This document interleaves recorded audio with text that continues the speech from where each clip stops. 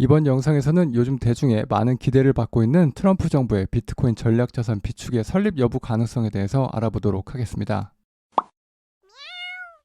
해당 영상은 투자 권유는 아니며 투자하실 때는 개인이 직접 결정을 내리셔야 한다는 점 먼저 말씀드리겠습니다. 트럼프는 과거 비트코인에 대해서 굉장히 부정적인 의견을 보여주기도 했지만 2014년 대선에서는 정반대로 비트코인 컨퍼런스에서 연설을 하기도 하고 연설에서 당선 시 현재 미국 정부가 가지고 있는 비트코인을 팔지 않을 것이라고 선언을 해서 코인에 투자하는 미국 국민들의 표심을 얻는 데 성공했다고 할 수 있습니다.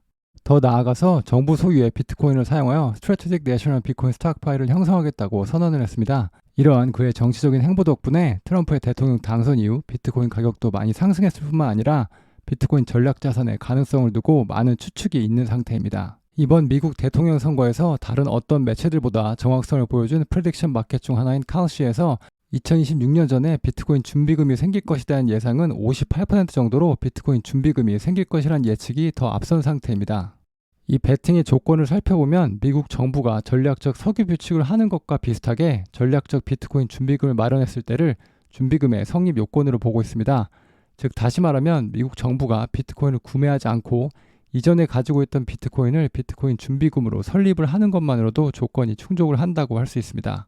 여기에서 중요한 부분을 생각해보면 비트코인 준비금을 설립하는 것은 미국 정부가 비트코인을 구매하는 것과 다르고 이 각각의 경우를 나누어서 생각해봐야 한다는 것을 알 수 있습니다.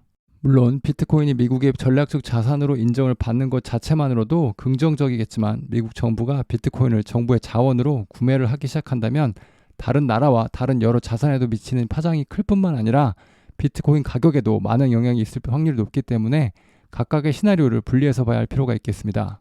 트럼프 당선인이 사용한 단어인 국가 전략적 비트코인 비축이 생기는 경우, 그리고 비트코인 전략 준비금이 생겨 재무부에서 관리하는 경우, 그리고 비트코인 전략 준비금의 설립과 동시에 비트코인을 대량으로 몇 년에 걸쳐 구입을 하는 경우가 모두 다른 경우라고 할 수 있겠습니다.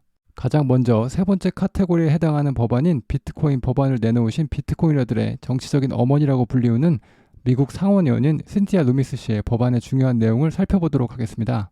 신티아 루미스 씨의 비트코인 법안의 주요 내용을 짧게 정리해보자면 금이 예전 통화 시세의 역할을 했던 방식과 유사하게 비트코인이 미국의 재정적 지위를 강화하고 경제 및 통화 불안정에 대한 해치 수단을 제공한다는 것입니다. 신티아 루미스 씨의 의원의 법안은 비트코인 전략 비축을 금의 역사적 역할과 직접적으로 비교하며 이것이 달러의 위상을 강화할 것이라고 주장하고 있습니다. 법안의 주요 내용을 자세히 살펴보면 세 가지 정도로 요약할 수 있습니다. 첫 번째는 전략적 비트코인 준비금 설립에 관련된 부분입니다. 재무부 장관은 전략적 비트코인 준비금으로 알려진 미국 전역의 안전한 비트코인 저장 시설의 분산 네트워크를 구축하고 비트코인 개인키를 생성, 보호 및 관리하는 것을 담당합니다. 최첨단 물리적 및 디지털 보안을 이루기 위해서 국방부 및 국토안보부 장관 및 업계 전문가와 협의하여 실행하게 됩니다. 또한 법적으로 조기 처분이 승인되지 않은 비트코인 포크나 에어드랍으로 발생한 디지털 자산을 최소 5년간 보유하도록 의무화하고 있습니다. 두 번째는 비트코인 구매 프로그램입니다. 재무부 장관은 5년 동안 매년 최대 20만 개의 비트코인, 총 1000만 개의 비트코인을 구매할 수 있는 비트코인 구매 프로그램을 수립하게 됩니다. 이 수치는 현재 마이클 세일러가 CEO인 마이클 스트레치의 비트코인 보유량의 2배를 뛰어넘는 양입니다. 구매한 모든 비트코인은 전략적 비트코인 준비금에 예치됩니다. 장기적인 안정성을 보장하기 위해 최소 20년에 보유하게 되고 이 기간 동안 미지급 연방 부채를 상환하는 경우를 제외하고는 비트코인을 판매, 교환, 경매 또는 처분할 수 없게 됩니다. 보유기간이 끝나기 1년 전에 장관은 보유금의 일부를 계속 보유할지 점진적으로 해지할지에 대한 권고안을 의회에 제출해야 합니다. 보유기간이 만료되면 2년 동안은 보유금의 10% 이상을 판매할 수 없고 장관은 20년 동안 비트코인 구매 프로그램의 현황에 대한 연례 공개 보고서를 발표해야 합니다.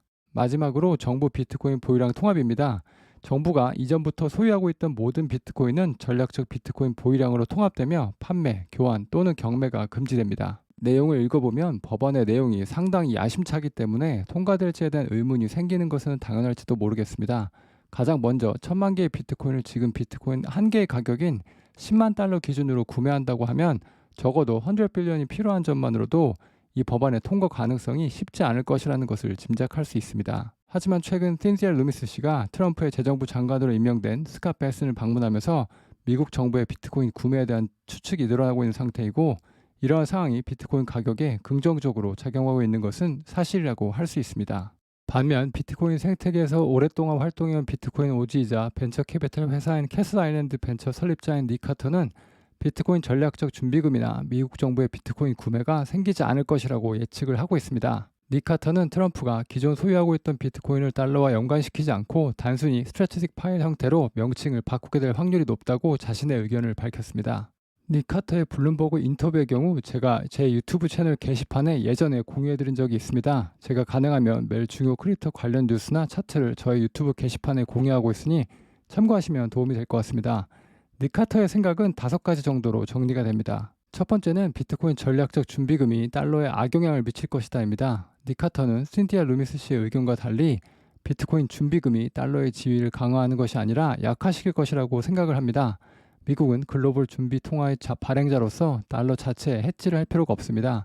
비트코인 준비금은 오히려 러시아와 이란과 같이 달러 시스템에서 소외된 국가에서 필요하다고 할 수 있습니다. 그리고 막상 비트코인 전략적 준비금을 재무부의 재무상태표에 넣게 되면 시장 참여자들에게 기존 달러 시스템에 대한 신뢰를 의심하게 되는 결과를 일으킬 수 있고, 이는 잠재적으로 자산시장 전체에 혼란을 유발할 수 있습니다. 현재 달러의 국제적 지위는 미국의 경제력, 정치적 안정성, 깊은 자본시장, 무역 및 금융에서의 글로벌 우위를 가지고 있는 미국의 입지 때문이지 미국 달러 뒤에 특정 원자재가 있어서가 아니라고 할 수 있습니다. 비트코인을 단순하게 달러의 지위를 강화하겠다는 목적으로 비트코인 준비금을 만들게 된다면 오히려 불확실성이 커지고 미국의 잠재적인 정책 변화에 대한 시장의 혼돈을 불러일으킬 수 있는 가능성이 크다고 할 수 있습니다. 두 번째는 정치적 장애물입니다. 닉 카터는 비트코인 전략 준비금 법안이 상당한 정치적 장애물에 직면할 것이라고 주장을 합니다. 가장 먼저 통화의 중요한 내용을 변경하기 위해서는 일반적으로 입법부의 합의가 필요한다는 점에서 공화당이 과반수를 차지하더라도 의회는 이러한 법안을 통과시킬 가능성이 낮을 것이라고 닉 카터는 예상하고 있습니다. 민주당과 함께 이 법안을 통과시키지 않는다면 다음 정권에서 민주당이 과반을 차지하는 경우 비트코인을 매도할 수 있기 때문입니다. 만약 트럼프가 법안을 통과시키려고 무리하게 진행을 하게 되면 이러한 정치적 행보는 의회에서 지지를 받게 되기 힘들고, 이러한 그의 움직임은 자칫 잘못하면 트럼프의 정치적 자본을 고갈시킬 수도 있습니다. 이런 이유 때문에 트럼프는 비트코인 컨퍼런스에서 비트코인 전략 준비금이 아닌 비트코인 스트래티직 파일이라는 단어를 썼다고 추측할 수 있습니다. 세 번째는 비트코인 전략 준비금은 대중으로부터 소외받게 될 확률이 높다입니다. 닉 카터는 비트코인 전략 준비금 법안은 납세자로부터 소수의 비트코인 보유자에게 부의 이전으로 인식되어 부의 불평등을 악화시키고 대중의 분노를 불러일으킬 가능성이 높다고 생각합니다. 아직까지 비트코인을 가진 국민의 수가 소수이기 때문에 정부의 비트코인 구매는 상당수의 국민으로 하여금 반감을 살 수 있는 정책이라고 할 수 있습니다. 네 번째는 비트코인 준비금이 전략적 목적을 가지고 있지 않다는 점입니다. 닉 카터는 전략적 비트코인 준비금이 진정한 전략적 목적을 가지고 있지 않다고 주장합니다. 미국 정부가 보유한 석유, 곡물, 희귀광물과 같이 비상 상황이나 시장 안정의 도구적인 용도로 사용하는 상품들과 달리 비트코인은 산업적 용도가 없는 상태입니다. 정부는 특정 가격의 비트코인을 필요로 하지 않고 비트코인 자체가 현금 흐름을 창출하지 않습니다. 비트코인의 유일한 잠재적 목적은 금과 외화와 같은 기존 준비 자산과 유사할 것이며 미국 달러의 맥락에서 실질적인 기능은 거의 없다고 할 수 있습니다. 닉 카터는 미국은 외환 보유고가 상대적으로 적은 편이고 1971년 이후 미국의 금 보유고는 대부분 상징적인 의미만을 가지고 있는 상태에서 비트코인을 굳이 전략적 목적으로 소유할 필요가 없는 상태라고 할 수 있다고 주장합니다. 마지막으로 왜 다른 자산이 아닌 비트코인을 준비금으로 사용해야 하는지 알 수 없다입니다. 비트코인이 많은 장점들을 가지고 있지만 닉 카터는 이러한 특성이 비트코인에만 국한된 것이 아니라고 지적합니다. 예를 들어 비트코인이 압류로부터 자유로운 자산이라는 주장은 미국 정부가 자국 기업의 자산을 몰수하지 않을 것이라는 사실로 반박될 수 있습니다. 또한 통화 시스템의 하드 자산을 원한다면 더 긴 역사, 더 넓은 소유권, 더 큰 시가총액, 낮은 변동성, 그리고 기존 미국 보유 자산의 역사를 가진 금이 보다 논리적인 선택지로 보일 수 있습니다. 만약 금보다 더 나은 성장이 있는 자산을 원한다면 닉 카터는 기술 주식이나 AI 데이터 센터가 전략적 자산의 또 다른 선택이 될 수 있다고 주장합니다. 이러한 이유 때문에 닉 카터는 트럼프 당선인이 비트코인 컨퍼런스에서 언급이 된 기존 미국 정부의 비트코인을 비트코인 스트래티직 파일로 보관하는 형태로 결론을 지을 것 같다고 예상을 하고 있습니다. 제 개인적인 생각을 공유해드리면 시장 참가자들은 미국 정부의 비트코인 구매나 비트코인 전략적 준비금의 발생 가능성을 높게 보고 있다는 생각이 듭니다. 이러한 시장 참여자들의 추측은 반사성을 통해서 비트코인 가격을 올라가게 만들고, 이 때문에 비트코인 전략적 준비금의 발생에 대한 시장 참여자들의 기대가 더 커지게 되는 무한 상승 나레이티브가 생길 수 있을 것 같습니다. 하지만 양쪽의 주장의 자세한 부분을 살펴보면 가장 먼저 신티아 루미스 씨의 법안 통과 시 비트코인 구매에 필요한 자본 때문에 통과 가능성이 낮아 보이고 비트코인 전략적 준비금에 대한 정치적인 부담감도 쉽게 돌파하기 힘들어 보입니다. 제 개인적인 생각으로는 닉 카터의 주장에 대부분 동의를 하고 기존 비트코인으로 비트코인 스트래티직 파일을 만드는 것으로 트럼프 정부가 가닥을 잡지 않을까 싶습니다. 특히 2026년 11월에 있을 총선에서 승리를 하기 위해서라도 이전에 법안을 통과하거나 또는 총선 시에 비트코인 스트래티직 파일을 통해 미국 대중의 표심을 흔들기 위해서 사용할 수도 있어 보입니다. 이번 영상에서는 미국 정부의 비트코인 전략 준비금의 성립 여부에 대해서 알아보았습니다. 다음번에도 좋은 내용으로 찾아뵙도록 하겠습니다.